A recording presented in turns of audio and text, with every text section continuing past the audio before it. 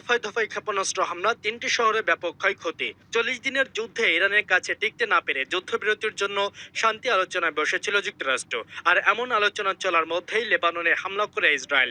আর সেই হামলায় লেবাননে ব্যাপক ক্ষয়ক্ষতি হয়। তবে এবার ইসরায়েলের সেই হামলার জবাব দিচ্ছে লেবাননের সৈন্যরা।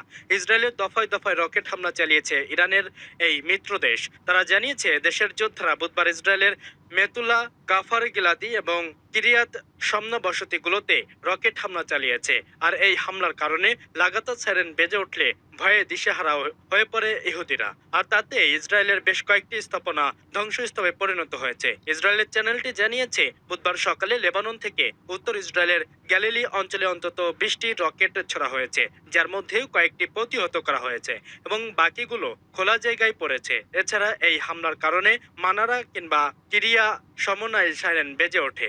এদিকে যুদ্ধবিরতির মধ্যেও নেতানিয়াহু লেবাননে হামলায় যে দুঃসাহস দেখিয়েছে তার জবাব দেওয়ার জন্য লেবাননের সৈন্যরা সর্বদা প্রস্তুত রয়েছে। ইসরায়েলের দফায় দফায় এমন রকেট ও ক্ষেপণাস্ত্র হামলায় হঠাৎ করেই হতবাক হয়ে পড়েছে ইসরায়েল। যদিও ইরান ও যুক্তরাষ্ট্রের মধ্যে হওয়া 14 দিনের যুদ্ধবিরতির অন্তর্ভুক্ত ছিল লেবানন, তবে লেবাননকে এই চুক্তির অংশ মনেই করে না ইসরায়েল। আর তাই যুদ্ধবিরতির মধ্যেই লেবাননে হামলার পর প্রতিশোধমূলক পাল্টা হামলা চালিয়েছে লেবানন।